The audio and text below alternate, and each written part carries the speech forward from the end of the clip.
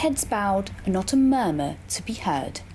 This is the 2 minutes of silence that allowed family and friends to focus on the 60 million people who lost their lives fighting in the Second World War. Veterans, civic dignitaries and members of the public gathered in their numbers to pay their respects on the 71st anniversary of victory over Japan Day. It takes place because it is so important that we show the people of Wolverhampton that I, as an old soldier, appreciate what their parents, their grandparents, their fathers did out in the Far East. It is sometimes called the Forgotten Army, the Forgotten War. Well, I haven't forgotten it. It doesn't matter how long ago it was. That is, the dates come and go. So whether it was 71 years or 75 years ago, that's not important to me. I've got to get the message to them that it is important, no matter when it happened. The service began with a parade of standards and veterans, followed by prayers. George was 18 when he was called up to the army. He served in Burma for 2 years and was 22 by the time the war had ended.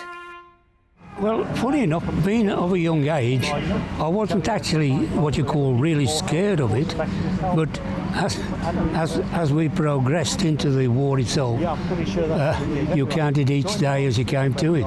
You know, you more or less said to yourself, well, that's another day I've got through. You became almost pessimistic towards the end that you actually came through it without a scratch. Well, experiences is crossing many of the rivers, the Irrawaddy, being in slit trenches almost 24 hours a day, in jungle warfare as well. So it was, and the heat, 40 degrees. Water was short, so we had to make do with a bottle of water a day, and we seemed to get through. We got through.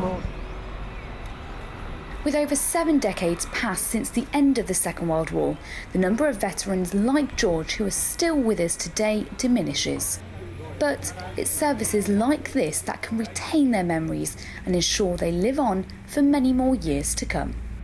If I don't do this, then the future generations won't understand what it was all about. So I'm in the communication business, really.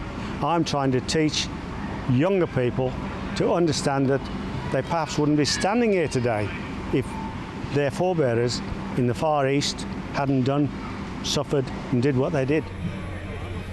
Heartfelt service, and to end, all eyes, both young and old, focused on this historic quote. Roshni Patel for Big News in Wolverhampton. Support is very much appreciated.